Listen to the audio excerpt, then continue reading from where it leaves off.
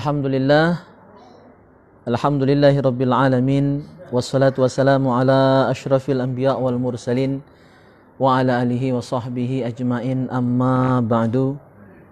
Hadratul muhtaramin, para jamaah yang mulia, ikhwani fillah rahimakumullah. Alhamdulillah, syukur malam hari ini kita bisa berkumpul, bermuajahah, bersilaturahim di rumah Huda Mukhlis. Mudah-mudahan sahibul bait, sekeluarga besar senantiasa dirahmati, disehatkan, diafiatkan oleh Allah Subhanahu wa taala, dan juga tentunya kita semua juga mudah-mudahan senantiasa sehat walafiat dalam situasi pandemi seperti sekarang ini. Kita harus banyak-banyak jaga iman, di samping kita menjaga imun kesehatan kita supaya tetap terjaga. Jamaah yang mulia, pertama dan paling utama, marilah senantiasa kita bersyukur, senantiasa memuji Allah Subhanahu wa taala, karena memang sudah selayaknya, sepantasnya sebagai hamba Allah yang baik, yang beriman, kita tidak lupa bersyukur ya atas nikmat karunia Allah yang begitu banyaknya. Wa in ta'uddu nikmatallah la tuhsuha. Jika kalian berupaya menghitung nikmatku, maka tidak akan pernah bisa. Saking banyak nikmat karunia Allah Subhanahu wa taala. Sebelum berangkat ke sini kita lah timpa hujan, dan rasanya sejak perubahan jadwal ya, dari malam Kamis jadi malam Rebu, hampir ya mau berangkat hujan. Dan puncaknya di tempat udah tusjon tempo hari. Sampai jam 9 baru mulai taklim ya. Jadi kayaknya luar biasa perubahan jadwal kita, dan mudah-mudahan ini adalah pertanda luasnya, banyaknya rahmat Allah yang tercurah untuk kita yang taklim, dan juga sekaligus menguji anggota majelis ini, siapa yang memang betul-betul semangat dan istiqomah dalam menuntut ilmu Allah. Hujan tetap diterpa, panas tetap diterak, ya kan? Itulah hakikat orang yang betul-betul ikhlas. Ya, senamu dengan nama udah mukhlis ya. Mukhlis itu artinya orang yang betul-betul ikhlas. Ya, mudah-mudahan kita semua adalah hamba-hamba Allah yang mukhlisin, ya, hamba Allah yang murni pengabdian kita hanya semata karena Allah, bukan karena yang lain.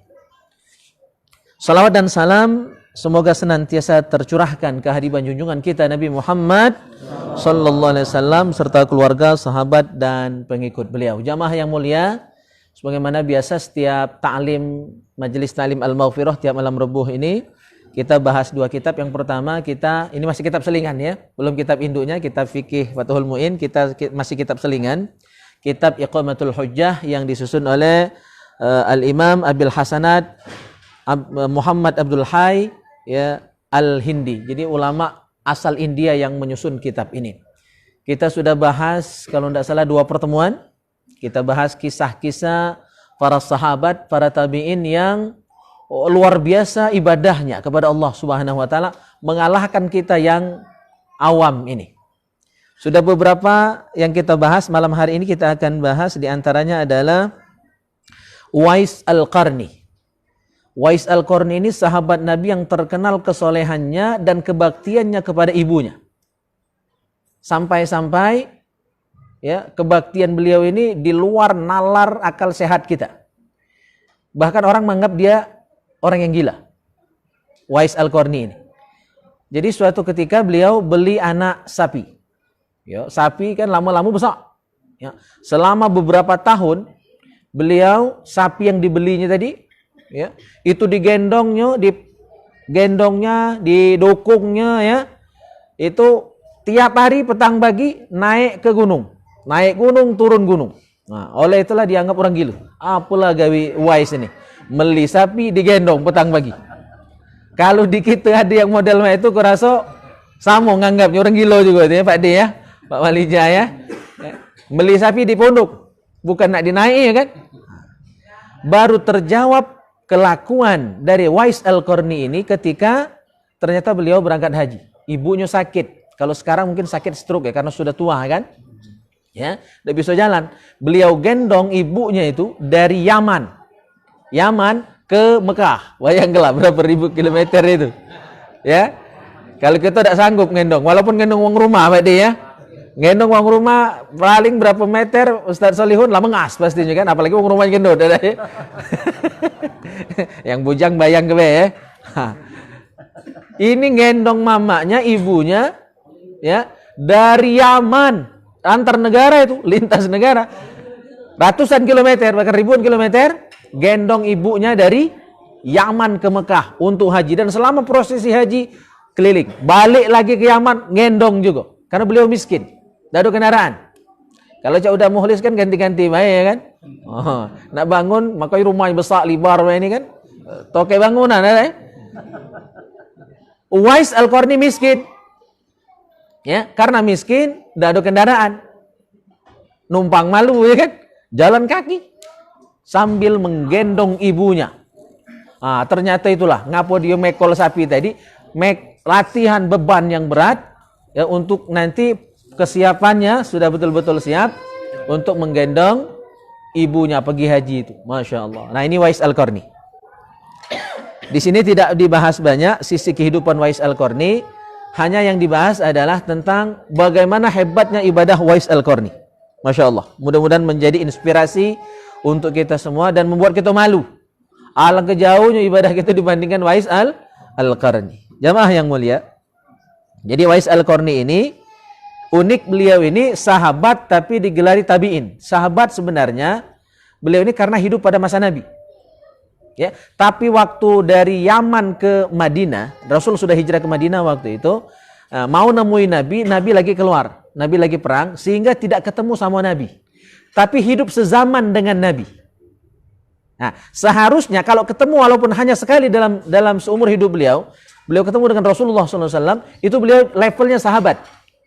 Levelnya sahabat. Karena makna sahabat Nabi itu adalah orang yang masuk Islam pada masa Nabi, hidup sezaman dengan Nabi, pernah ketemu walaupun cuma sekali dengan Rasulullah SAW. Nah, itulah sahabat, bukan kawan ya. Jadi sahabat itu murid Nabi langsung. Nah, karena beliau tidak ketemu dengan Nabi, maka beliau tidak disebut sahabat, tapi disebut tabi'in. Murid dari sahabat.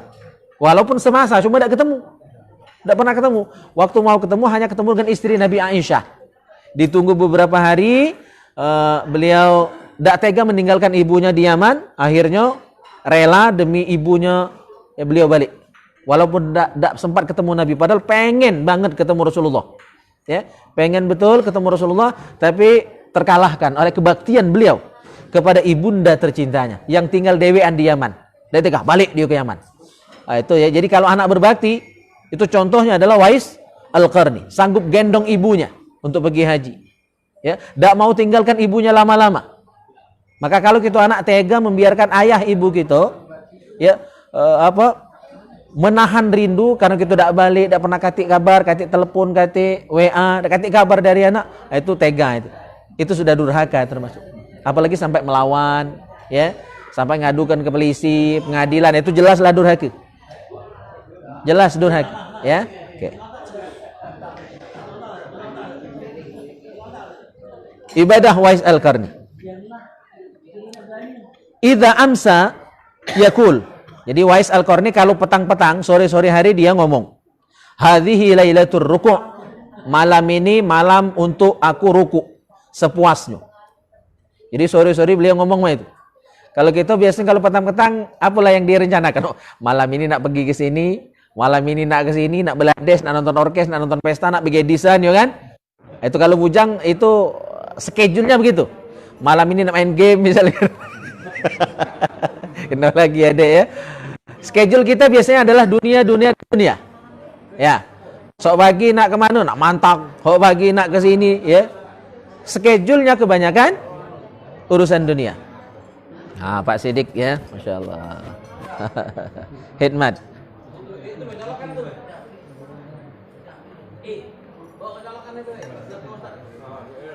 Oh, pakai anu ya, mic. Oh, tidak kedengeran. Risiko rumah besar. Iya. Oke, sambil nunggu ngopi dulu ya. Masya Allah. Sana ya. Kami kalau ini sana tak apa-apa. Yang jauh.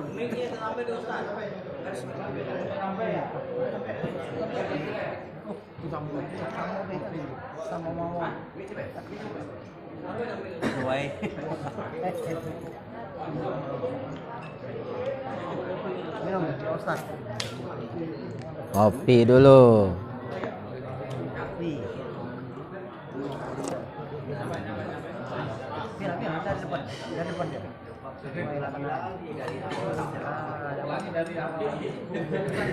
Pulang dari awal, tak lupa. Tuh, satu.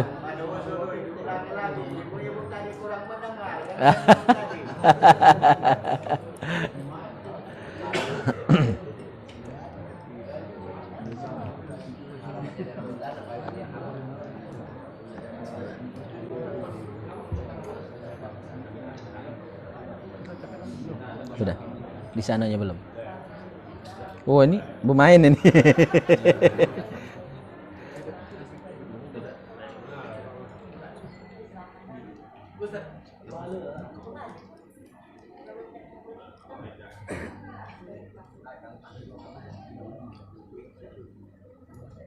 Foto dapat anak.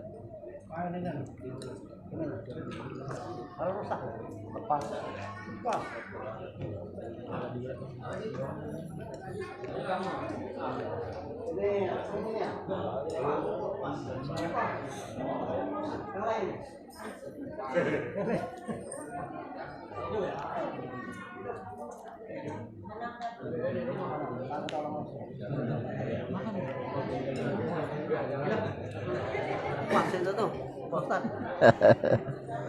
Pakai.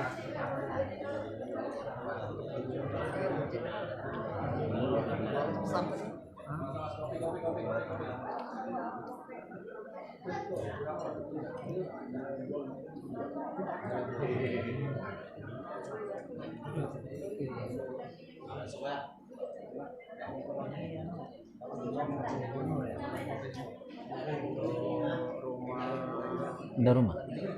Tiga tempat.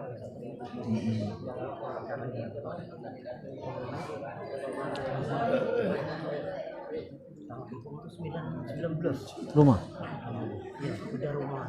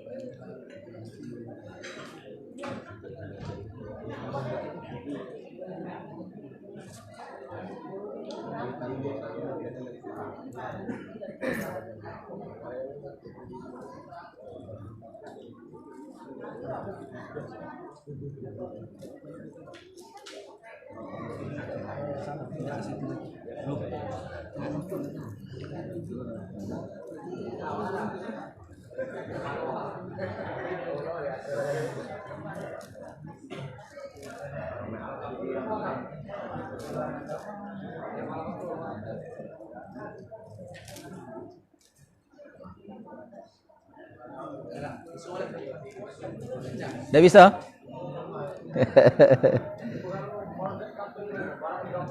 Ya. Tadi ada kesalahan teknis. Ya, kalau mau dengar yang di ujung sana buka siaran live Facebook, baik. Jadi dengar dari Facebook walaupun serumah. Saking besarnya rumah ya, Masya Allah. Mudah-mudahan rumah besar kecil itu tidak jadi masalah, tapi yang penting adalah diisi dengan taklim, ya, kebaikan seperti pada malam hari ini. Oke, kita lanjut kisah Wais Al-Qarni. Jadi Wais kalau sore-sore, petang-petang yang beliau omongkan apa? Yang beliau omongkan adalah hadhihi lailatul ruku'. Malam ini adalah malam untuk aku ruku sebanyaknya, sepuasnya, selamanya. Maka setelah sholat maghrib, ya, nunggu sebentar, tentu sholat isya. Nah, ba'da sholat isya apa yang beliau lakukan? Fayarka'u hatta yusbiha. Maka beliau, ya, semalam-malaman itu sampai tiba waktu subuh, ruku sepanjangan. Ada yang sanggup? Ya, di ujung sana ada yang sanggup? Pak Subhan? Ya, sanggup ruku sudah isya sampai subuh. Ruku baik-baik. Kalau rukuk dengan uang rumah aku rasa sanggup mana tak berangkat lagi hilang nyawa. Itulah hebatnya sahabat tabi'in yang bernama Wais al-Qarni. Ya. Lain kali beliau mengatakan lagi, wa kana idza amsa yaqul. Keesokan harinya ya, beliau di sore hari berkata, hadhihi lailatus sujud fayasjudu hatta yusbiha. Malam ini adalah malam bagiku untuk sujud kepada Allah semalam-malaman sampai tiba waktu subuh. Dan akhirnya beliau laksanakan. Jadi bukan omdo, bukan ngomong baik. Kita ini kadang-kadang malam kaget nak tahajud, terkujud tidur ya. Niat baik kadang-kadang kita nak ngakali Tuhan biar dapat pahala niat. Memang benar ya, dalam Islam itu ketika kita berniat kebaikan, Bapak Ibu hadirin yang mulia, sudah dapat pahala kebaikan, pahala niat sih kok. Kalau digawekan ya, dapat pahala minimal 10 sampai tak terhingga, tergantung tingkat keikhlasan kita masing-masing. Cuma jangan diniatkan, berniat cuma untuk berniat baik, maksud aku tuh. Ya, itu ngakali Tuhan. Nah, kalau beliau ini tidak Wais al-Qarni, niatnya malam kage nak ruku, nak sujud, maka beliau lakukan itu sampai subuh. Ruku baik, sujud baik. Ada amalan ini dicontohkan oleh Rasulullah SAW? Ada? Enggak. Nah, maka sebenarnya intisari dari kitab Iqamatul Hujjah ini adalah disusun untuk membantah orang-orang yang dikit-dikit bid'ah, dikit-dikit sesat, dikit-dikit syirik, ya, dikit-dikit nyalahkan orang yang amalan berbeda dari dia. Ini contoh Wais al-Qarni. Melaksanakan ibadah yang tidak ada contoh dari Rasulullah. Sujud semalam-malaman. Kalau sholat, ya, semalam-malaman ada. Tapi kalau hanya ruku semalam-malaman, sujud semalam-malaman, tidak. Tapi ada dasar hukumnya, ada kalau nak dicari. Karena ketika Rasulullah Isra wal Mi'raj, beliau naik ke langit 1, 2, 3. Nah, di sana beliau melihat ada malaikat yang gawenya hanya berdiri dari awal diciptakan sampai kiamat. Ya, terus beliau juga melihat ada orang yang malaikat yang hanya ruku saja dari awal diciptakan sampai kiamat. Ada yang hanya sujud saja sampai kiamat. Malaikat wajar tahan. Ngapa? Katik nafsu malaikat. Ya, maka selama kita manusia ada nafsu, pasti kantuk, pasti tidak tahan, pasti capek, pasti lelah. Ya, nah, malaikat wajar tahan. Nah, tapi kalau ada manusia yang tahan ibadah setahan malaikat, itu luar biasa. Kita sanggup ibadah semalam-malaman, sanggup dengar ceramah ini sampai subuh. Aku tak sanggup. Kamu sanggup-sanggup, aku tercerek-cerek ngomong tak pakai mic ini.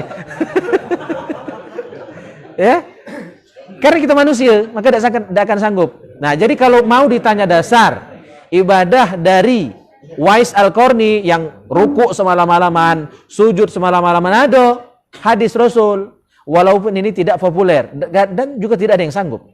Sujud dan ruku semalam suntuk. Oke, ini kisah tentang ibadahnya Wais al-Qarni. Kita lanjut kisah berikutnya. Pendek-pendek tapi kita dapat poinnya. Amir bin Abdullah bin Qais. Ya, Amir bin Abdullah bin Qais. Bagaimana prestasi beliau dalam ibadahnya kepada Allah Subhanahu wa taala. Akhbarana Ibnu Wahab wa ghairuh. Yazid ba'duhum ala ba'd. Anna Amir bin Abdullah kana min afdalil abidin. Beliau ini dipuji oleh ya, ulama sejaman dengan beliau adalah ahli ibadah yang paling utama. Wa farada ala nafsihi fi kulli yaum alfa rak'atin. Setiap hari beliau sholat sunnah di luar sholat wajib 5 waktu, di luar sholat qobliyah ba'diyah, duha, tahajud, itu tidak dihitung lagi. Ya, karena itulah cetoh. Yang itulah pasti, tidak usah ditanya. Kalau kita ini 5 waktu lagi bolong-bolong. Apalagi qobliyah ba'diyah. Yang mana tergewe, rasa sungkan tinggal. Ya, lagi rakib, gewe ke galau ya kan. Nah, kita masih tenggelam timbul ya, naik turun iman kita. Kalau beliau yang wajib itu tidak usah ditanya. Nah, di luar yang wajib, di luar yang rawatib, sholatnya, beliau tambah setiap hari beliau melaksanakan sholat sunnah mutlak alfa rakaatin, 1000 rakaat. Mau bisa bayangkan? Kalau kita gempor itu, ya. Kalau pengantin baru kurasa merajuk bininya. Tidak sudah lagi kan. Terkantuk, tertidur, nunggu kapan lakiku sudah sembahyang, ya kan? Masya Allah. Salat sunnah 1000 rakaat. Tiap hari, seumur hidupnya. Oke, itu siapa namanya? Amir bin Abdullah bin Qais. Yang ke-10, kisah dari tabi'in, namanya Masruq bin Abdurrahman. Masruq bin Abdurrahman. Nah, beliau ini pergi haji ceritanya. Ya, pergi haji. Dan zaman dulu pergi haji tidak semudah sekarang. Sekarang naik pesawat 9 jam sampai ke tanah suci. Zaman dulu paling hebat naik unta. Ya. Agak sedang-sedang dikit naik keledai. Naik kambing tak kati. Mati kambing padang pasir itu. Besar lawang dari kambing, kan?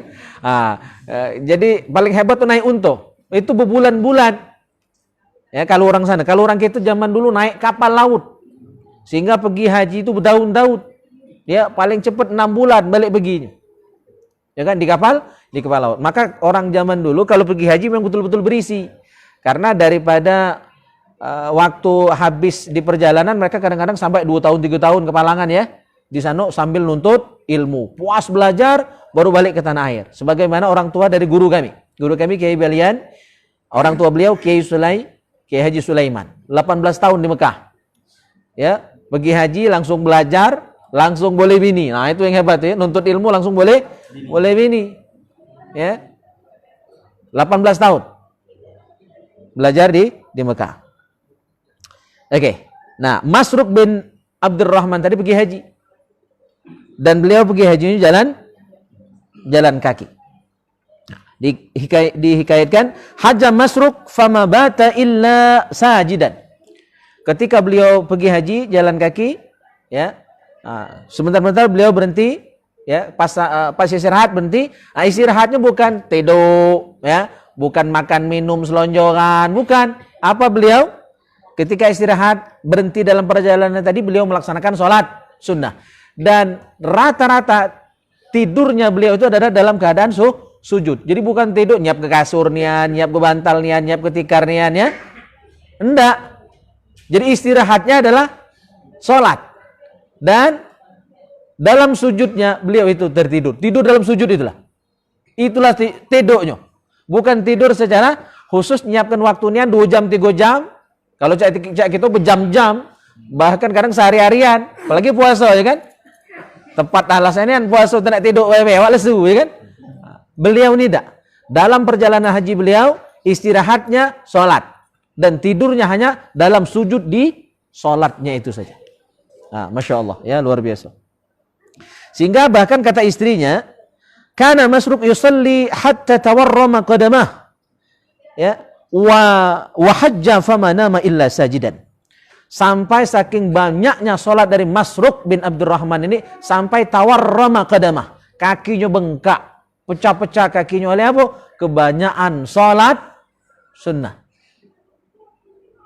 Fama wa hajja fama nama illa sajidan. Dan ketika beliau berangkat haji, pulang pergi hajinya itu dalam perjalanan beliau tidak pernah tidur.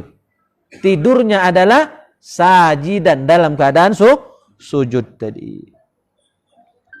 Itu kisah Masruq. Yang ke-11 namanya adalah Al-Aswad bin Yazid An-Nakhai Al-Kufi. Ya, siapa? Al-Aswad bin Yazid An-Nakhai Al-Kufi. Riwayat tentang beliau. Warada annahu kana yusalli fil yaum wal lailah 700 rak'atin. Salat sunnahnya berapa? Ya, 700 rakaat setiap hari salat sunnah. 700 rakaat. Pak Haji Suwardi. Ya. Masya Allah. Kana al-Aswad yakhtumul Quran fi Ramadan fi kulli lailatain. Kalau bulan Ramadan, Al-Aswad ini, nama Al-Aswad itu artinya hitam. Jadi namanya tidak boleh bagus, tapi ibadahnya luar biasa. Namanya Al-Aswad, si hitam. Ya. Nah, setiap bulan Ramadan beliau khatam Al-Quran tiap 2 malam. 2 hari khatam, 2 hari khatam Al-Quran. Berarti sehari baca Al-Quran 15 juz. Kalau kita setahun belum tamat. Ya. Ada yang seumur hidup alif mak gendang lagi tidak tahu. Nah, mak mana lah itu? Ya, alif mak gendang. Ya, baca Al-Quran lagi tidak baca.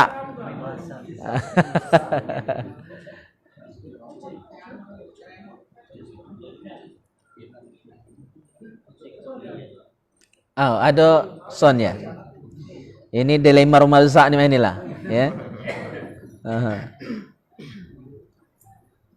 Tes dulu situ. Tes dulu situ. Tes lagi situ.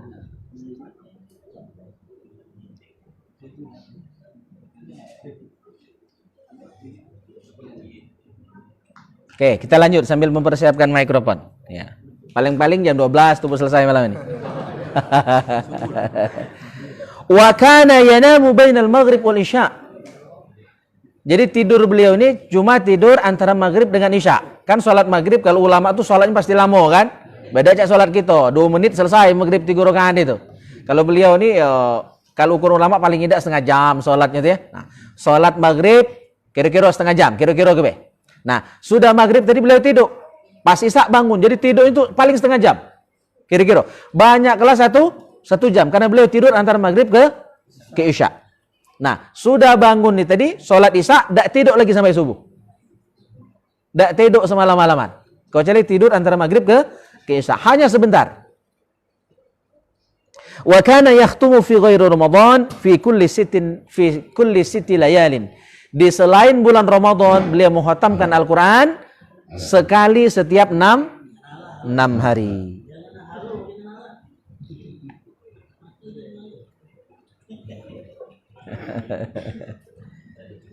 Alhamdulillah ada bantuan. Mudah-mudahan tak ngos-ngosan lagi ngomongnya ya. Masya Allah. Nah, kalau ini tahan sampai subuh. Berijo yang denger ya. Kalau kata guru kan Ustaz Taufik Asnari almarhum. Oke, itu tadi kisah dari Al-Aswad bin Yazid An-Nakhai Al-Kufi. Yang ke-12 kisah dari seorang tabi'in yang bernama Sa'id bin Al-Musayyab Abu Muhammad Al-Makhzumi. Sa'id bin Al-Musayyab, terkenal beliau. Nah, apakah kisah tentang beliau? Ini riwayat dari anaknya sendiri. Ya, riwayat dari hadatsana Abdul Mun'im bin Idris an Abi, ya, bukan dari anaknya. Dari Abdul Mun'im bin Idris dari ayahnya. Apa kata beliau? Shalla Sa'id ibnu Al-Musayyab al-ghadata biwudu'il atamah 50 sanatan. Sa'id bin Al-Musayyab ini salat subuhnya dengan wudhu salat isya. Ya, salat subuhnya dengan wudhu salat isya. 50 sanah, selama 50 tahun. Bayangkan 50 tahun salat subuh pakai wudhu salat isya. Apa artinya itu? Berarti wudhu beliau dari isya ke subuh tidak batal. Itu yang pertama mana. Yang kedua berarti beliau dari sholat isya ke sholat subuh tidak setiduran. Karena ketika tidur wudhu kan batal. Oh, ini saking hebatnya semangat ya, motivasi para salafun as-salih dalam ibadah kepada Allah Subhanahu wa taala. Semalam-malaman tidak tidur. Dan ini kisah yang nyata-nyata saya temui, itu adalah guru kami, Kiai Balian bin Kiai Haji Sulaiman. Beliau tidur malamnya itu cuma 1 jam. Tidur malamnya cuma 1 jam. Nah, ini yang nyata. Kalau ini kan cerita. Ya, tapi insya Allah kita yakin karena kisah ini diriwayatkan oleh para ulama. Tidak mungkin ulama kita berbohong. Di Sa'id bin Al-Musayyab ibadahnya saking luar biasanya, 50 tahun ya, dari umur beliau, hidup beliau, sejak beliau bisa sholat, maka wudhu sholat isya'nya sampai subuh tidak batal. Jadi langsung saja nyambung sholat subuh, wudhu sholat isya' tadi malam. Ya, yang pertama ini membuktikan bahwa beliau tidak tidur semalam-malaman. Yang kedua berarti wudhunya tidak batal. Yang ketiga, ngapa orang jarang buang air, jarang buang angin? Karena banyak puasa. Jadi siangnya puasa. Kalau orang banyak puasa berarti kan sedikit makan minum. Kalau sedikit makan minum berarti jarang ke WC, jarang ke belakang. Aman kita dengan makan, dengan minum, sejam pasti pembuangan.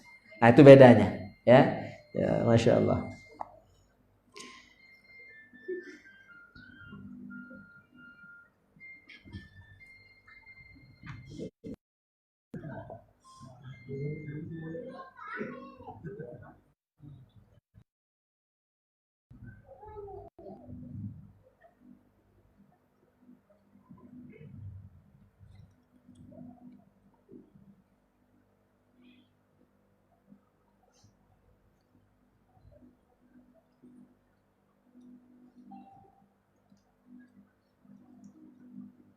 Oke, sebelum kita lanjut ada yang ingin ditanyakan?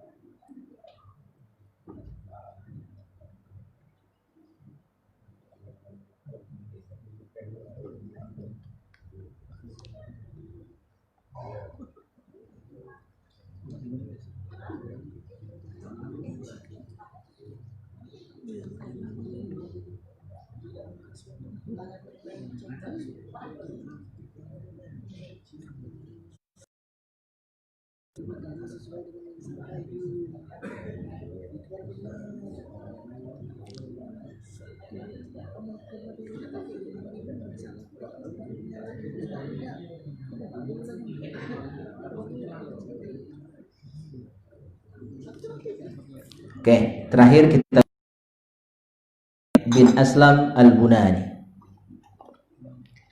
Sabit bin Aslam Al-Bunani. Beliau ini adalah seorang tabi'in yang berasal dari Basrah. Yurwa an Ibnu Umar wa Ibnu Zubair sahiba Anasan arba'ina sanah. Jadi beliau ini adalah murid dari sahabat Nabi yang bernama Anas bin Malik. Ya, Sabit bin Aslam Al-Bunani adalah murid dari sahabat Nabi Anas bin Malik. Wa kana a'bada ahli Basrah. Beliau adalah ahli ibadah, ya, yang berasal dari kota Basrah. Mata sanata 27 wa mi'ah. Wafat pada tahun 127 Hijriah. Nah, beliau ini tentang ibadahnya luar biasa, dikisahkan bahwa ini kisah dari Sabit bin Aslam Al-Bunani ini adalah salah satu ulama dari generasi tabi'in yang dapat karomah luar biasa, dan tidak ada satupun orang yang dapat karomah seperti beliau. Jadi ketika beliau meninggal dunia, karomahnya ini kelihatan ketika beliau sudah meninggal dunia. Jadi ketika beliau sudah dimakamkan, nah yang memakamkan beliau ini menjadi saksi dari kisah ini. Jadi waktu meratakan tanah, ada salah satu batu bata itu jatuh ke dalam liang lahat. Ya. Nah, ketika batu tadi jatuh, mau diambil oleh yang memakamkan beliau tadi. Ketika batu itu diambil, beliau melihat yang memakamkan tadi, Sabit bin Aslam Al-Bunani ini lagi sholat, padahal sudah meninggal. Sudah meninggal, sudah dimakamkan, sudah dikuburkan, ya, tapi masih sholat di dalam kuburnya. Mungkin kita tidak percaya, tapi ini kisah dalam kitab ini diceritakan. Kita yakin tidak mungkin bohong, ya, pengarang kitab.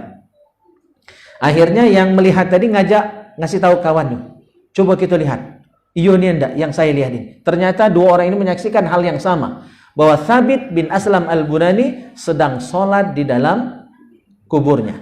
Akhirnya beliau berdua mempercepat meratakan tanah kubur tadi, ya, dirapikan kuburnya. Akhirnya beliau datang menemui putri dari Sabit bin Aslam Al-Bunani ini, menceritakan kisah tadi.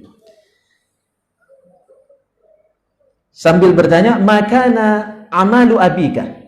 Ya, dua orang tadi bertanya kepada putri dari Sabit bin Aslam Al-Bunani, apa amalan ayahmu? Sehingga kami melihat beliau sholat di dalam kuburnya, padahal beliau sudah meninggal dunia, masih hidup.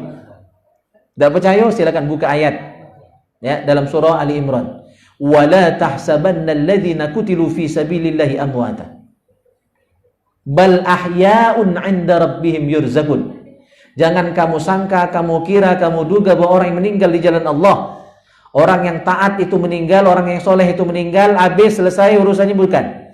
Tetapi bal ahya, mereka hidup di alam sana, mereka hidup di alam barzakh, bahkan mereka mendapatkan rizki, karunia dari Allah Subhanahu wa ta'ala. Nah, ini contohnya Sabit bin Aslam Al-Bunani. Jadi dua orang tadi bertanya kepada putrinya, ma amalu abika, apa amalan ayahmu sehingga beliau masih bisa sholat walaupun sudah meninggal dunia. Sholat di kubur, dalam kubur, lah di kubur, lah meninggal, masih bisa sholat. Luar biasa. Nah, putrinya balik bertanya, qalat wa ma ra'aitum, apa yang kalian lihat ketika kalian memakamkan ayahku tadi? Fa akhbarnaha, maka kami pun mengisahkan cerita yang kami lihat tadi bahwa ayahnya sedang sholat di dalam kuburnya. Faqalat, maka putrinya bercerita, kana yakumul lail 50 sana. Ayahku semasa hidupnya beliau tidak pernah tinggal sholat tahajud selama 50 tahun dari hidupnya, sejak dia pacak sholat. 50 tahun tak pernah meninggalkan sholat tahajud. Kita tiap malam tidur nyenyak, ya, azan berkumandang narik selimut, narik temol, bukan nak sholat subuh apalagi tahajud. Subuh lagi tinggal, padahal subuh itu wajib, tahajud sunnah. Yang wajib ditinggal apalagi yang sunnah. Ada yang semangat melaksanakan sunnah tapi tinggalkan yang wajib, jarang-jarang. Ya, kalau yang wajib lagi tinggal, biasanya sunnah lebih tinggal lagi. Kalaupun ada orang yang semangat mengerjakan yang sunnah, yang wajib tidak digawikan, itu orang yang maghrur, orang yang terpudi, orang yang tertipu, karena amalnya sia-sia. Ya, jamaah yang mulia, ketika kita semangat mengerjakan yang sunnah tapi meninggalkan yang wajib, itu hukumnya haram. Ya, ninggalkan wajib, ngambil sunnah, hukumnya haram. Jadi sia-sia. Maka kalau baca wajib sunnah, kerjakan. Ya, jangan pilih-pilih, karena seluruhnya perintah Allah Subhanahu wa taala. Tanpa pandang bulu. Mak itu juga dosa. Jangan cuma jengok haram atau makruh. Ya. Kalau haram oke tinggal, makruh tidak. Seharusnya ketika itu larangan Allah, makruh dan haram tinggalkan. Itu adab akhlak seorang mukmin. Dia tinggalkan yang makruh seolah-olah meninggalkan yang haram. Kalau yang haram, tambah lagi ninggalkannya. Jangan halime. Apa halime? Halal haram hantam, hak orang hakku. Nah itu tak maju, bukan orang Islam modelnya itu. PKI Pak Haji ya. Yang halim itu PKI. Kalau orang Islam ini ya, dia yang halal niat, yang sunnah dia kerjakan, yang wajib apa lagi. Ya, itu akhlak seorang muslim. Oke, balik ke kisah Thabit bin Aslam Al-Bunani tadi. Jadi kata putrinya, ayahnya selama 50 tahun tidak pernah tinggal sholat tahajud tiap malam. Fa idza kana as-sahar, apabila telah tiba waktu sahur, ya, qala, ayahnya berdoa, Allahumma in kunta a'taita ahadan min khalqika as-salata fi qabrihi fa'atiniha.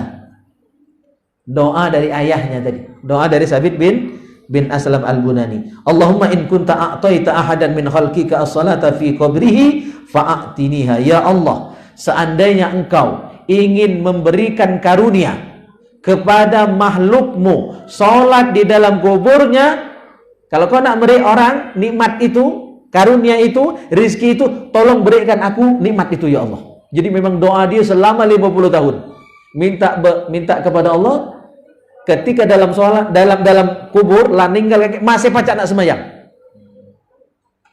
Dan ini juga ada bukti nyata, kakek buyut dari guru kami, ya, Kiai Abdurrahman alias Kiai Dalaman. Beliau murid atau anak angkat dari Kiai Merogan, Kiai Abdul Hamid, Kiai Merogan di Palembang makam. Nah, Kiai Abdurrahman buyut, ya, kakek dari guru kami itu meninggal lebih dulu daripada Kiai Merogan atau Kiai Abdul Hamid tadi. Ketika makamnya mau dipindahkan, itu tidak sanggup. Belanda nak pindahkan makam beliau, tidak sanggup. Pakai alat berat, patah memata, tidak sanggup pindahkannya. Ketika diteropong ternyata masih tasbih di kuburnya itu. Ya, duduk, bersila, berzikir. Ya. Nah, kalau tidak dibisikkan oleh guru beliau, tidak akan pindah. Tidak bisa dipindahkan makam Kiai Dalamat atau Kiai Abdurrahman Dalamat itu. Nah, beliau ini tadi dilihat sholat di dalam kuburnya karena memang sudah menjadi doa beliau. Fama kana Allah liyarudda dzalika du'a, dan Allah mengabulkan doa beliau sehingga dilihat tadi apa? Salat di dalam kuburnya. Dan lagi amalan beliau, kana Thabitun yaqra'ul Qur'an fi yaumin wa lailatin wa yasumud dhahra. Dan amalan dari Thabit bin Aslam Al-Bunani ini adalah siang malam ngaji, siang malam baca Al-Qur'an, dan setiap hari puasa, yasumud dhahra, tiap hari puasa. Bukan puasa Daud. Kalau puasa Daud itu selang-seli, sehari puasa, sehari tidak. Beliau ini yasumud dahro, puasa tiap hari. Tiap hari puasa, siang malam baca Al-Quran. Maka ini sekaligus membuktikan sabda Rasulullah sallallahu alaihi wasallam bahwa ada 3 golongan di akhirat nanti yang selamat dari huru-hara pada hari kiamat dan masuk surga tanpa hisab. Ya, thalathatun la yahuluhum al-fazaul akbar wa la yanaluhumul hisab. Ya, wahum ala kusubim minal miski hatta yufragha min hisabil khalaik. 3 golongan ini tidak merasakan huru-hara pada hari kiamat. Masuk surga tanpa hisab. Yang lain dihisab dulu, dihitung dulu, ditimbang dulu amalnya. Dia tidak aman baik. Disediakan tempat VVIP, bukan lagi VIP. VVIP. Oh ya, tempat yang istimewa. Yang lain dihisab, dia nyantai di situ. Sambil selesai proses hisab pada hari kiamat nanti. Siapa 3 golongan ini? Nomor 1, rajulun qara'al Qur'an ibtigha'a wajhillah. Orang yang pandai baca Al-Qur'an dan ngaji tiap hari ikhlas karena Allah, bukan minta alam. Bukan minta panggil ustaz, bukan minta panggil kiai, bukan minta hormati di wong, ya, bukan mencari materi duniawi, bukan nak menang musabaqah dia baca ngaji, belajar ngaji tadi, bukan. Tapi memang ikhlas dia belajar ngaji, baca ngaji, tadarus siang malam, petang pagi, niatnya memang libtigha wajhillah, mencari rahmat Allah, karunia Allah, ridha Allah. Nah, beliau tadi siapa? Sabit, ngaji siang malam, petang pagi. Maka wajar kalau beliau dapat karomah seperti itu. Jadi ini bagian dari karomah, kemuliaan, karunia dari Allah Subhanahu wa taala. Masih yang pertama, warajulun amma qauman wa hum bihi radun. Seseorang yang menjadi imam salat di satu kaum, imam salat, imam rawatib, imam tetap di satu masjid dan makmum ridho dengan dia jadi imam. Makmum senang kalau dia jadi imam. Kayak Ustaz Ibnu Hajar, ya, di sini ada Ustaz Solihun, imam-imam masjid ya. Nah, imam masjid yang disenangi makmumnya karena bagusnya akhlaknya, keluasan ilmunya, ya, baik adabnya, bagus bacaan Al-Qur'annya. Nah, disenangi karena itu, Pak. Bukan disenangi karena pendek bacaannya. Kalau kita kadang-kadang kalau imam baca qul ya qulhu, wah itu imam paling top itu. Ngapa pendek bacaannya? Kalau orang yang berilmu, ya, bukan mencari pendek itu, bukan, ya. Tapi imam yang benar, bagus, baik bacaannya, bagus akhlaknya, orangnya soleh, orang yang berilmu, ya, bukan cuma pacak ngimami sholat, tapi memang akhlaknya bagus kesehariannya. Nah, jadi imam yang disenangi makmumnya dijamin masuk surga tanpa hisab. Yang pertama. Yang kedua, jadi isi pertama tadi dulu, ya, rajin ngaji dan imam sholat yang disenangi makmumnya. Yang kedua, wanadin ay muadzin yad'u ila shalawat ibtigha'a wajhillah. Muazzin yang mengumandangkan azan untuk sholat dan ikhlas dengan azan yang dia kumandangkan. Maka beruntunglah ini yang jadi muazzin masjid, marbot masjid, ya. Saya juga pengalaman lama jadi marbot masjid waktu kuliah di Palembang dulu. Selama kuliah, selesai kuliah tidak dibolehin pindah dari marbot masjid sampai bebini baru tidak lagi wong makso, ya. Baru diizinkan untuk keluar dari masjid. Alhamdulillah saya punya pengalaman yang lama jadi marbot masjid, ya. Maka alhamdulillah mungkin ini berkah dari jadi marbot masjid yang bertahun-tahun di Palembang dulu. Alhamdulillah biasa nengah tampil di masyarakat. Muazzin yang ikhlas dijamin masuk surga tanpa hisab. Yang ketiga siapa? Wa abdun ahsana fima bainahu wa baina rabbi wa fima bainahu wa baina mawalih. Seorang hamba, seorang pekerja. Abdun itu arti aslinya adalah budak, hamba sahaya. Kalau sekarang tak kata lagi budak. Mungkin mirip-mirip lah maknanya itu anak kapak. Anak kapak itu anak buah, ya.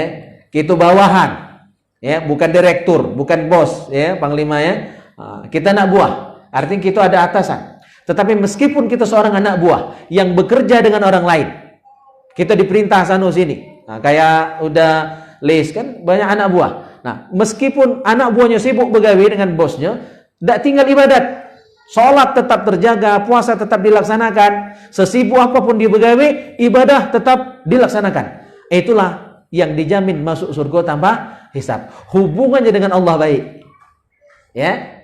Ibadah dilaksanakan. Hubungannya dengan sesama, dengan bosnya, tugasnya dilaksanakan dengan sempurna. Tidak malas-malasan sebagai anak buah, sebagai anak kapak. Itu pekerja yang baik. Nah, pekerja yang demikian insya Allah dijamin masuk surga tanpa hisab dan selamat dari huru-hara pada hari kiamat. Jadi kita diperintahkan untuk bekerja dengan baik dan tetap memperhatikan tugas kita sebagai hamba Allah. Jangan rajin behmeyang, begawe sungkan. Nah, itu tak kena Atau sebaliknya, rajin begawe siang malam begawe sampai P10. Sering ku sebutkan itu. Ada yang hafal P10. Pergi pagi, pulang petang, pinggangnya pegel-pegel, pendapatannya masih pasan. Masih buntu itulah.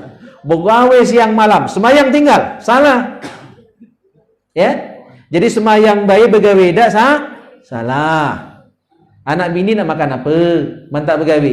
Atau sebaliknya begawe rajin siang malam begawe sampai lupa waktu. Workaholic, ya, gila kerja. Tapi semayang tinggal juga salah. Tak berkat rizkinya walaupun banyak. Cepat habis. Yang lebih salah lagi, semayang tidak, begawe tidak. Nah, itu lebih parah lagi. Masya Allah, na'udzubillah min zalik, ya. Itu paling parah itu. Ya. Yang bagus, yang tadi yang dijamin masuk surga tanpa hisab, dia laksanakan hablum minallah juga hablum minan nas. Ibadah dilaksanakan, GW, ya, bekerja juga dia dengan semangat, dengan ikhlas. Nah, dapat duit, dapat pahala yang modal itu. Ya, jangan dapat duit be pahala liwat. Dapat pahala be duit dak kati, buntu, ya, akhirnya minta-minta, ngemis-ngemis. Enggak boleh. Nah, ya, jadi sebenarnya Sabit bin Aslam Al-Bunani tadi mengamalkan sabda Nabi tadi. Wajar kalau dak nunggu akhirat. Dak nunggu akhirat. Di dunia, di alam barzah dia sudah mendapatkan balasan dan dikabulkan doa dia supaya bisa sholat di kuburnya. Karena doa dia 50 tahun minta itu. Ya Allah, apa katanya tadi? Kalau engkau mau memberikan orang karunia rizki pacak sholat di kubur, berikan nikmat itu untukku. Nah, mungkin ini satu-satunya, ya, yang pacak sholat di dalam kuburnya. Namun siapa? Sabit bin Aslam Al-Bunani, seorang tabi'in. Ya, Masya Allah. Mudah-mudahan kisah-kisah ini bukan nak tubuh turut. Ya, kalau nak diturut tak terturut. Cari tubuh umat akhir zaman ini, ya kan? Nah, minimal yang pertama menjadi inspirasi bahwa ya ibadah kita masih sangat jauh. Kan Nabi berpesan dalam masalah dunia jengok ke bawah. Ya, dalam masalah dunia jengok ke bawah supaya pandai bersyukur. Masih ada orang yang lebih sulit dari kita. Masih ada orang yang lebih susah dari kita. Kalau kita buntu, buntu kita tidak kebuntu orang lain. Ya, sebuntu-buntu kita baju masih lebih dari siko. Ya nak, masih pacak makan tiap hari walaupun lauk ayam. Itu lemah apa tak lemah itu ya? Nah, itu bahasa majas itu ya.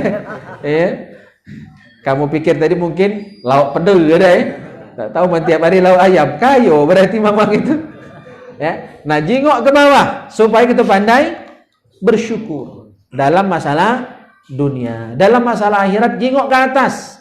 Jingok yang jauh lebih soleh dari kita. Contoh yang tadi kita bahas, ya, dari para sahabat dan para tabiin, bahwa ketika kita banding dengan diri kita, oh gitu ini sungkan masih sembahyang, sholat 5 waktu masih banyak tinggal, ngaji sayat sehari lagi sungkan, ya kan? Jauh dibandingkan kita. Dan juga menjadi pelajaran bagi kita ketika kita membahas kisah-kisah ini bahwa ya, jangan nian sombong. Ya, jangan nian sombong dengan amal soleh kita, belum seberapa ternyata ketika dibandingkan dengan orang-orang soleh ya, dari generasi terbaik di Islam ini, yaitu salafun soleh. Baik, sampai di sini dulu. Silakan kalau ada yang ingin didiskusikan sebelum kita lanjut kitab Syarhus Sudur.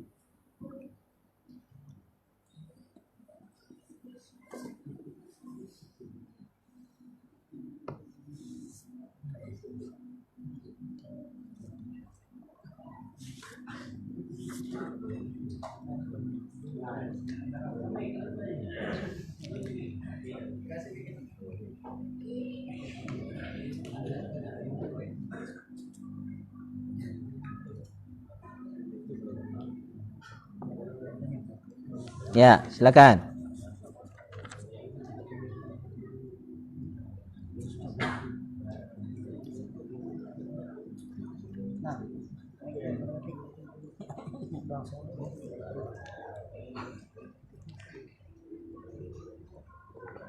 Terdengar. Langsung be anak itu. Dah. Langsung beda. Kalau tidak bunyi. Apa nak yang ini lah? Yang ini ya? Bang. Kirim ya, kirim ya. Kirim Hasan.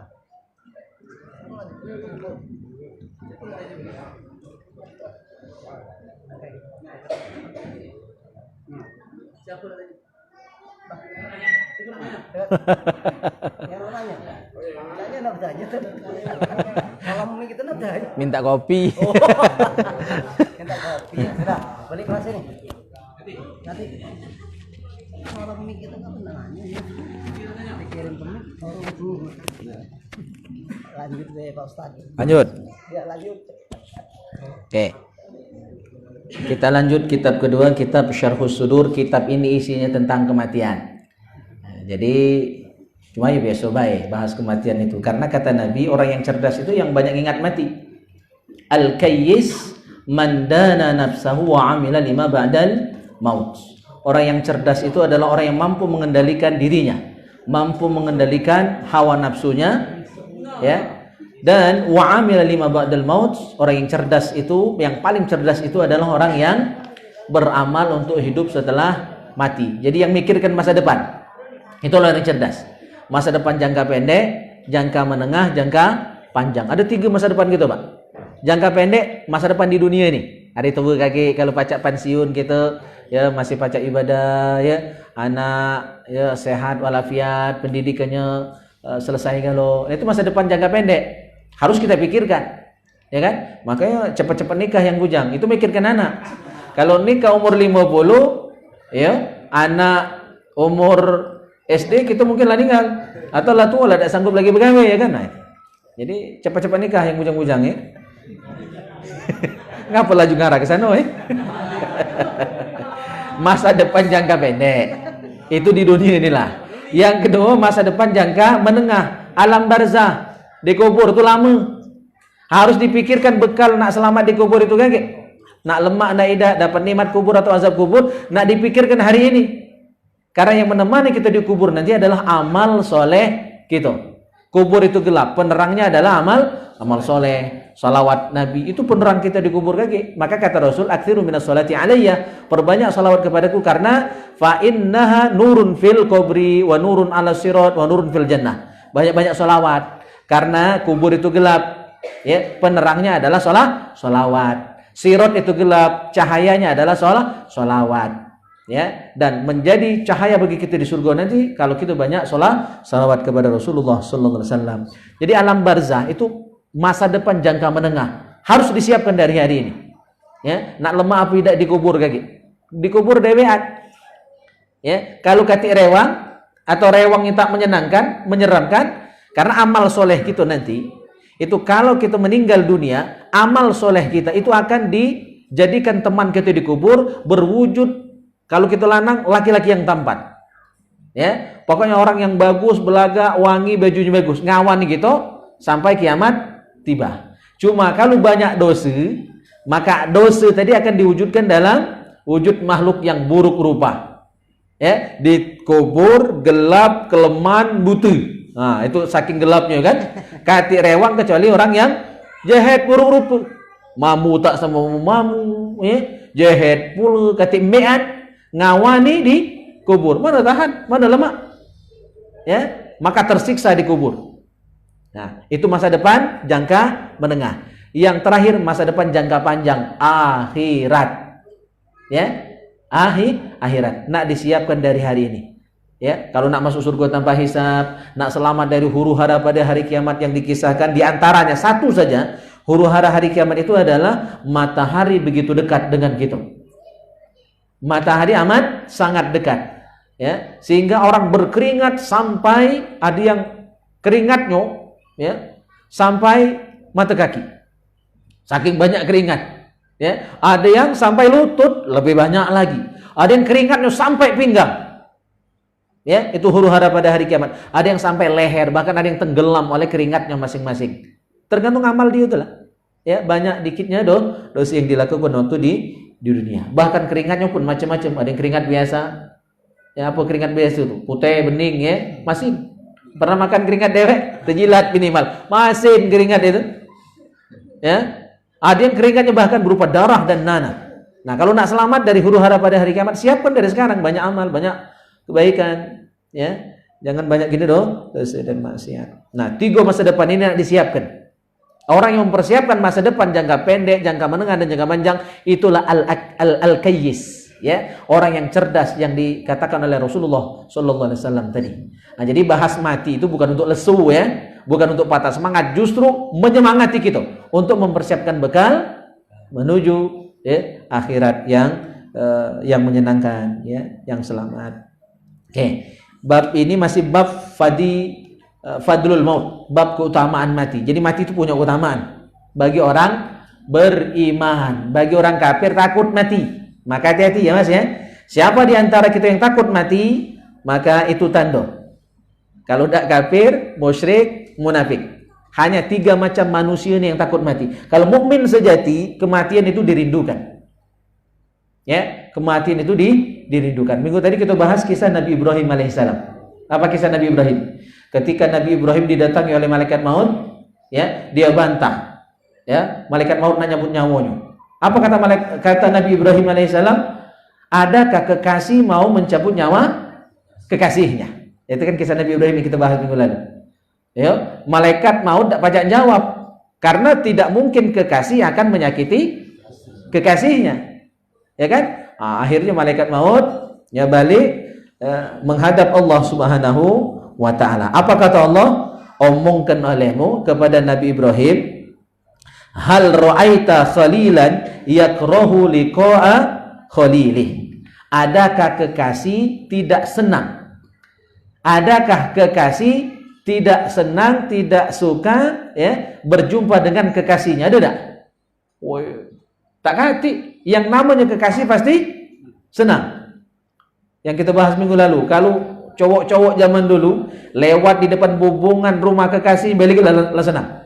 Dipinjangnya sewet gadis lagi laladas. Ya. Dapat kita WA, dibalas WA. Ya, kalau zaman dulu masih surat-suratan, saling balas surat, ya, itu sudah senang luar biasa. Apalagi pacar berjumpa dengan sang kekasih. Nah, omongkan ke Ibrahim kalimat itu, insya Allah dia pasti galak, nyawanya dicabut oleh malaikat maut. Dia omongkan itu. Jadi bagi seorang mukmin kematian menyenangkan. Al mautu rohah, kematian itu adalah menyenangkan. Bagi siapa? Orang beriman. Nah, berarti kalau takut mati belum beriman dengan sempurna, baru ngaku-ngaku baik. Nah, maka kita taklim seperti ini tidak cukup cuma sekali 2 kali. Seumur hidup kita belajar utlubul ilma minal mahdi ilal lahdi, belajar nuntut ilmu dari buayan, dari budak, dari kecil sampai masuk liang lahat. Tujuan kita nak mati lemah, ya, nak mati dalam ampunan Allah, mati dalam rahmat Allah Subhanahu wa taala. Nah, orang yang mukmin yang senang mati tadi, itu harapan kita. Oke, kita lanjutkan di halaman 40. Ustaz Solihun bawa kitabnya. Nah, jadi di antara jamaah kita ada yang sudah beli kitabnya, Ustaz Solihun. Yang lain jadi pendengar saja. Karena minimal kita itu jadi 4 macam manusia, ya. Saya ulang lagi hadisnya. Nomor 1, kalau pacak jadi kun aliman, jadi wong alim, jadi ulama. Ya, kalau tidak pacak jadi nomor 2, muta'aliman, jadi pelajar. Ya. Yang ketiga mustami'an, jadi pendengar. Yang keempat muhibban, pecinta ulama, pecinta ilmu. Nah, 4 ini bagus. Jangan jadi yang nomor 5. Siapa nomor 5? Yang luat dengan kiai, luat dengan penuntut ilmu, tidak ada cinta dengan ulama sedikit pun. Nauzubillah. Ya, minimal kita ada cinta. Atau minimal kita cinta, kita senang dengan orang yang senang dengan ulama. Jadi walaupun bukan kita yang berkawan dengan ulama, kawan kita dekat dengan ulama, kita sudah dapat manfaatnya. Nah, ini saya harus bercerita ini. Ya, mungkin yang lain sudah dengar ya kisahnya. Saya bahas di Musolaan Nur di jalan Simpang Lubuk Sawang itu kemarin waktu subuh, zikir subuhan bersama Baikir Subuh Bani Yasin. Jadi ada kisah dalam kitab Al-Manhajus Sawi, ada seorang yang banyak dosa. Setelah ditimbang karena banyak dosa, vonisnya masuk neraka. Tapi hadirin yang mulia, Allah itu tidak buru-buru menghukum. Karena Allah punya sifat as-sabur al-halim, maha penyabar. Arti al-halim itu adalah tidak cepat marah, kalau marah cepat reda. Nah, itu jadi harusnya jadi apa? Jadi akhlak kita. Ndak cepat marah, kalau marah cepat reda. Ndak lama, ndak bertahun-tahun marahnya tuh ya. Nah, ini kadang-kadang diwariskan. Ya. Si anu tuh pokoknya jangan kau baik, 7 turunan kusumpahi. Nah, itu ndak boleh. Ya. Kalau marah ndak setuju luat dengan orang, itu jangan lama GPL kalau bahasa anak muda Bapak Ibu hadirin yang mulia ya. GPL, enggak pakai lama, dengat-dengat baik. Maksimal 3 hari, lebih dari 3 hari haram. La yahillu li muslimin ayyahjur ahahu fawqa 3 ayyam. Tak halal bagi seorang muslim mendiamkan saudaranya lebih dari 3 hari. Berarti kalau 3 hari ke bawah itu masih wajar, normal, tak lemah hati, ya. Wajar. Cuma jangan kelamuan. Nah, kisah ini tadi. Hamba ini karena banyak dosa diponis masuk neraka. Ponis masuk neraka. Tapi Allah saking baik sangkanya dengan hambanya masih diberikan kesempatan. Mungkin dia bakal ada yang pacak nolong. Nah, akhirnya Allah memanggil malaikat Jibril, tolong tanya orang yang bakal masuk neraka tadi, barangkali pernah sekali seumur hidup dia duduk di majelis ilmu. Cuma sekali seumur hidup. Mungkin dia pernah. Nah, tanyakan. Kalau dia pernah sekali duduk di majelis ilmu, ya, alhamdulillah rumah udah inilah 2 kali ini. Waktu pertama beliau mau umroh waktu itu ya. Alhamdulillah saya hadir dan ceramah dadakan waktu itu. Dan ini kali kedua. Mungkin dia pernah duduk di majelis ilmu sekali seumur hidup. Ya, kalau pernah sekali orang kan dimasuk neraka. Orang masuk neraka. Baru sekali duduk di majelis ilmu. Apalagi kita tiap minggu, tiap hari, masya Allah ya. Nah, cuma ini awas, jangan salah guna. Kaget cuma sekali itulah duduk di majelis. Nah, mentang-mentang salah guna, ya. Jangan salah paham model itu. Mentang-mentang disebut sekali laju sekali ini kan. Ya. Jadi minggu depan sepi ngobrol majelis. Ngapa Ustaz tuh lain cerita katanya. Sekali baik. Bukan itu maksud cerita. Ini saking luasnya rahmat Allah maksud saya ya. Saking luasnya rahmat Allah, Allah itu sejahat apapun orang itu masih dicari sisi baiknya. Itu pelajaran untuk kita ya. Sejahat-jahat wong itu pasti masih ada baiknya. Nah, jingok baiknya itu walaupun dia ada jahat, lupakan jahatnya, lupakan salahnya, ingat baiknya itu. Insya Allah kita masih tetap baik hubungan dengan orang. Ternyata orang ini saking jahatnya tidak pernah duduk seumur hidup dengan ulama di majelis ilmu. Akhirnya apakah langsung dihukum? Tidak, Mak. Allah masih berbaik sangka. Coba tanya lagi Jibril, mungkin ya, mungkin apa Doli? Yang kedua, mungkin dia cinta dengan orang alim. Ada orang alim yang dia senang. Ya, ternyata juga tidak. Langsung dihukum? Tidak. Masih dipending. Tanya lagi. Ya, mungkin pernah duduk sehidangan. Ya, mungkin pernah duduk satu meja makan, mungkin pernah sama-sama kondangan. Waktu kondangan itu ada kiai ceramah, nah dia kondangan, dengar sepintas ceramah kiai di kondangan itu. Nah, berkat itu kalau pernah dia dengar ceramah waktu kondangan tadi, pernah makan satu meja dengan orang alim, dengan ulama, selamatkan dia, orang kan dimasuk neraka. Ternyata ide juga. Lah 3 kali diberi kesempatan, lewat. Yang keempat, tanya lagi. Mungkin namanya mirip nama kiai. Ya, mungkin namanya mirip nama kiai. Ternyata tidak juga, namanya bukan nama kiai. Lah lewat 4. Yang kelima, tanya. Nah, kalau Ustaz Somad, Masya Allah ya, Masya Allah. Imam Ghazali juga hadir di majelis kita ya, Masya Allah ya. Nah, Imam Ghazali. Yang kelima, kata Allah ya, perintah kepada malaikat Jibril, mungkin dia zuri apa nasabnya, bapaknya mungkin ada yang nama kiai. Kalau dak kati baknya mungkin tanya nama ye-nya. Kalau dak bojotnya seterusnya ke atas, barangkali silsilah dia itu ada salah satu dari kakek moyangnya, nenek moyangnya yang namanya sama dengan nama ulama. Nah, kalau berkat itu maka selamatkan dia dari neraka. Ternyata lah 5 kesempatan diberi, dak kati yang dapat. Lewat galau. Ya, duduk di majelis tidak pernah cinta dengan ulama, ida, ya kan? Terus apa? Duduk sehidangan dengan kiai tidak pernah, namanya tidak kati mirip-mirip nama ulama, nenek moyangnya pun tidak kati yang mirip nama ulama. Kelewatan tidak tuh kira-kira? Ya. Kati mbean mamang itu. Apa kata Allah? Allah tidak nanya lagi. Allah tidak nanya lah, tidak nanya lagi malaikat Jibril, apa yang terjadi? Masuk neraka atau surga? Masuk surga mamang tadi. Sebab apa? Allah Maha tahu. Jadi proses tadi malaikat Jibril itu untuk menunjukkan bahwa ada proses dalam hidup ini. Nah, akhirnya Allah tidak lagi perintah malaikat Jibril, masukkan, tidak usah ditanya lagi. Masukkan dia ke surga karena Allah Maha tahu, ya, Allah Alim, Allah Maha tahu bahwa dia ini punya kawan. Kawan dia senang dengan wong alim. Ya. Fa innahu kana yuhibbu rajulan.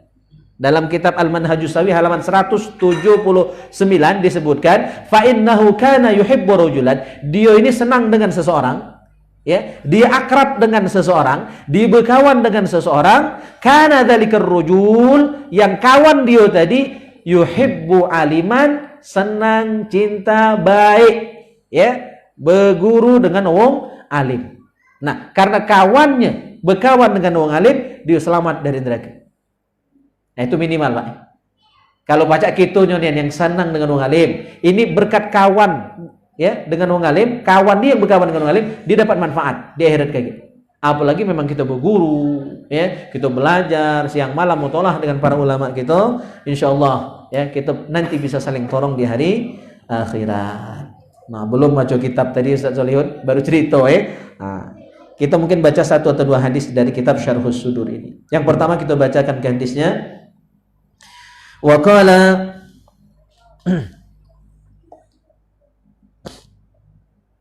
ini bukan hadis, perkataan dari wa qala Sahlu bin Abdullah At-Tustari. La yatamanna al-maut illa thalathatun.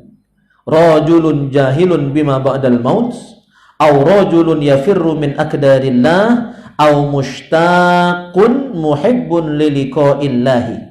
Kata Sahal bin Abdullah At-Tustari. Ini seorang ulama sufi yang sangat alim dan sangat alim sejak kecil. Karena beliau ini diasuh oleh pamannya membimbing beliau untuk jadi wong alim. Ya, untuk jadi ulama. Nah, kata beliau, kata Sahal bin Abdullah At-Tustari, tidak akan mengharap kematian kecuali 3 macam manusia. Jadi orang yang minta mati, nak cepat mati itu ada 3 macam manusia. Nomor 1, ya, rajulun jahilun bima ba'dal maut. Seseorang yang tidak tahu apa-apa kehidupan setelah kematian. Ya, orang yang tidak ngerti tentang mati, dia ladas-ladas mati padahal tidak kati amal. Padahal tidak kati, ya, amalan andalan untuk selamat di akhirat nanti. Nah, itu ngarap mati. Makanya ada orang yang bunuh diri. Itu orang yang lolo, rajulun jahil. Uji dia sudah bunuh diri itu selesai, panjang urusannya. Ya, di akhirat nanti orang yang bunuh diri misalnya dengan cara misalnya apa? Menggantung diri. Ya, sebagaimana kisah di Panji ya kalau tidak salah. Itu yang sudah beberapa hari dapat jenazahnya. Ya. Ya, di Panji beberapa hari yang lalu. Kalau ada orang bunuh diri, itu bukan selesai urusannya. Jadi wong lolo orang bunuh diri tidak menyelesaikan masalah, justru nambah masalah. Maka di akhirat nanti orang yang bunuh diri dengan cara gantung diri misalnya, dia akan berkali-kali gantung diri. Matinya bukan cuma sekali, berkali-kali. Mati hidup lagi, mati hidup lagi. Mati digantung lagi, mati digantung lagi. Atau bunuh diri dengan cara apa misalnya? Menggorok lehernya sendiri dengan pisau, dengan pedang atau dengan samurai misalnya. Maka di akhirat nanti dia pun akan melakukan hal yang sama, bukan sekali tapi berkali-kali. Mati hidup lagi, mati hidup lagi, dan seterusnya. Kalau dia bunuh diri misalnya dengan menjatuhkan diri dari gunung, ya, jatuh ke bawah, atau menjatuhkan diri dari gedung tinggi, ya, lantai paling atas, jatuh ke lantai paling bawah, akhirnya mati, remuk redam badannya, maka di akhirat nanti dia akan melakukan hal yang sama berkali-kali. Kullama nadijat juluduhum baddalnahum juludan ghairaha. Mati hidup lagi, mati hidup lagi, seperti itu. Nah, ini contoh orang yang rajulun jahilun bima ba'dal maut. Orang yang bodoh yang tidak ngerti apa-apa tentang kehidupan setelah kematian. Wong yang model ini biasanya pengen mati. Ya, gara-gara putus cinta misalnya kan bunuh diri, buyen. Banyak betina lain, ya tak? Kenapa nak bunuh diri? Iya. Ya, jangan pendek pikiran, ya. Itu yang pertama. Yang kedua, yang biasanya mengharapkan mati, pengen cepat mati itu siapa? Ya, au rajulun yafirru min aqdarillah. Orang yang lari dari takdir Allah. oleh buntu sepanjangan misalnya kan frustasi. Oh, daripada buntu model lemak mati jadi kan. Itu lari dari takdir Allah. Atau apa? Ada orang yang sakit bertahun-tahun. Akhirnya kesal, putus asa, bunuh diri misalnya. Itu lari dari takdir Allah. Padahal sakit yang dia alami bisa jadi itu adalah asbab Allah nak ngangkat derajatnya. Ya, atau Allah nak ngampuni dosanya, atau itu adalah ladang pahala baginya. Jadi sakit itu 3 manfaat itu sakit. Ya, maka jangan berotoan kalau sakit. Ulama dulu ketika beliau diuji dengan sakit itu tidak buru-buru berdoa minta sembuh. Ya, mereka nikmati sakit itu karena yakin dengan sabda Rasul, orang yang dicintai Allah, disayangi Allah, ibtalahu, akan diuji oleh Allah. Sakit salah satu ujian dan 3 manfaat sakit. Bukan nyuruh sakit, cuma kalau sakit terima maksud aku. Bukan cari sakit, bukan cari mati, bukan. Cuma terima ketika penyakit itu datang menghampiri kita. Apa manfaat sakit? 1, diampuni dosa. Orang tertusuk jarum, kesandung batu lagi menjadi penembus dosa, apalagi kita sakit berhari-hari bertahun-tahun. Itu nak ngampuni dosa. Yang kedua, ngangkat derajat kita lebih mulia. Ya. Yang ketiga, dapat pahala. Ngampuni dosa, naik derajat, dapat pahala. Cuma kalau sakit, jangan nyari penyakit, ya. Nantang penyakit, ya kan? Itu yang kedua. Ya, lari dari takdir Allah, dari ketentuan Allah. Yang ketiga, 2 ini salah. Ya, berharap mati karena tidak ngerti kehidupan setelah mati sehingga tidak siap, tidak ada bekal untuk mati. Yang kedua tadi lari dari takdir Allah, itu pun salah. Yang benar yang ketiga. Ya. Nah, inilah mukmin sejati. Siapa? Mushtaqun muhibbun liliqa'illah. Orang yang meninggal, ya, orang yang berdoa minta cepat mati karena cinta, karena rindu perjumpaan dengan Allah Subhanahu wa taala. Kan sering saya sampaikan bahwa al-maut jisrun, ya, yasilul habib ilal habib. Bahwa kematian itu adalah jembatan yang menghubungkan antara sang kekasih dengan kekasih. Kita kekasih Allah hanya bisa berjumpa dengan Allah setelah kematian kita. Pacak masuk surga itu setelah mati.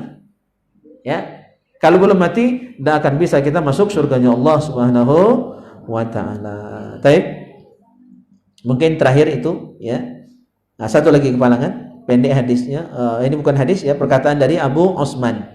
Apa kata beliau? Alamatus syauq hubbul maut ma'ar rahah. Tanda rindu, ya, kepada Allah, cinta kepada Allah itu adalah hubbul maut ma'ar rahah. Cinta mati dalam keadaan tenang.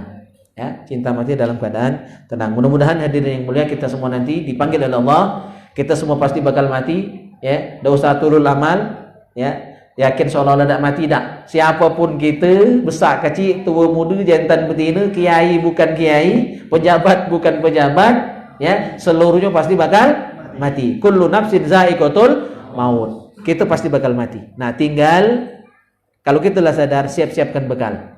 Ya, siap-siapkan bekal, ya, diantaranya amal soleh, ya, berkumpul dengan orang soleh-soleh seperti ini, dan banyak-banyak berdoa minta husnul khatimah. Ya Allah biha, ya Allah biha, ya Allah bihusnil khatimah. Ya Allah biha, ya Allah biha, ya Allah bihusnil khatimah. Sekali lagi, ya Allah biha, ya Allah biha, ya Allah bihusnil khatimah. Nah, doa itu ada dalam Ratibul Haddad. Tolong diamalkan kalau nak mati lemak. Mautu ma'ar raha tadi. Yang mati senang, yang mati lemah, mati mawa iman, mati dijamin masuk surganya Allah Subhanahu wa taala. Salah satu kuncinya adalah banyak berdoa minta husnul khatimah. Yang kedua, apa nasihat dari Imam Abu Hanifah? Bersyukur atas nikmat iman dan Islam. Alhamdulillah pacak salat, alhamdulillah pacak puasa, alhamdulillah pacak tadarus Al-Qur'an, alhamdulillah pacak majlis seperti pada malam hari ini, ya. Syukuri. Jangan dibanggakan, jangan disombongkan amal kita. Hilang kalau dibanggakan, disombongkan. Apa beda kita dengan iblis? Kalau bangga, sombong, ya, dengan amal yang kita lakukan. Tapi syukuri. Pandang ibadah tadi sebagai nikmat karunia Allah Subhanahu wa taala. Yang ketiga, kalau nak mati lemak, jangan pernah nyakiti makhluk Allah. Jadi baik dengan seluruh orang. Irhamu man fil ard yarhamkum man fis sama. Sayangi seluruh makhluk Allah. Sayangi seluruh makhluk Allah, manusia, jin, malaikat, termasuk harus kita sayang. Binatang, tumbuhan, seluruhnya kita sayangi. Tidak ada yang kita benci. Jadi tidak ada Islam mengajarkan kebencian walaupun dengan orang jahat. Bencilah kejahatannya, jangan benci orangnya. Bencilah kekufurannya, jangan benci orangnya. Bencilah kesyirikannya, jangan benci orangnya. Orangnya sejahat apapun kita berharap dia sadar, dia tobat, dia dapat hidayah sehingga sama-sama taat dengan Allah Subhanahu wa taala. Baik hadirin yang mulia, barangkali ini saja taklim kita malam hari ini. Mudah-mudahan manfaat, mudah-mudahan ilmu kita ini berkat dan bisa kita amalkan dalam kehidupan sehari-hari sehingga melayakkan dan memantaskan kita untuk diampuni, diridhoi dan dirahmati oleh Allah Subhanahu wa taala. Amin Allahumma amin. Kita tutup dengan doa kafaratul majlis. Subhanakallahumma wa bihamdika asyhadu an la ilaha illa anta astaghfiruka wa atubu ilaik. A'udzu billahi minasyaitonir rajim. Bismillahirrahmanirrahim. Alhamdulillahi rabbil alamin hamdal hamidin hamdash syakirin hamdan na'imin hamdan yuwafi ni'amahu wa yukafi'u mazidah. Ya rabbana lakal hamdu kama yanbaghi li jalali wajhikal karim wa 'azimi sultanik. Allahumma shalli wa sallim ala sayyidina Muhammad wa ala ali sayyidina Muhammad. Allahumma ij'al jam'ana hadha jam'an marhuma wa tafarruqana min ba'dihi tafarruqan ma'suma. Allahumma barik lana fi awladina wahfazhum wa la tadurruhum warzuqna birrahum. Rabbana hab lana minas salihin. Rabbana hab lana minas salihin. Rabbana hab lana minas salihin. Allahumma inna nas'aluka minan ni'mati tamamaha wa minal ismati dawamaha wa minar rahmati shumulaha wa minal afiyati husulaha wa minal aishi arghadahu wa minal umri as'adahu wa minal ihsani atammahu wa minal in'ami a'ammahu wa minal fadli a'dhabahu wa minal lutfi anfa'ahu. Ya Rabb kulli syai' bi qudratika ala kulli syai' ighfir lana kulla syai' wa la tas'alna an kulli syai' wa la tuhasibna fi kulli syai' wa a'tina kulla syai'. Rabbana atina fid dunya hasanah wa fil akhirati hasanah wa qina adzaban nar. Wa sallallahu ala khairi khalqihi Muhammad wa ala alihi wa sahbihi ajma'in. Walhamdulillahi rabbil alamin. Taqabbalallahu minkum.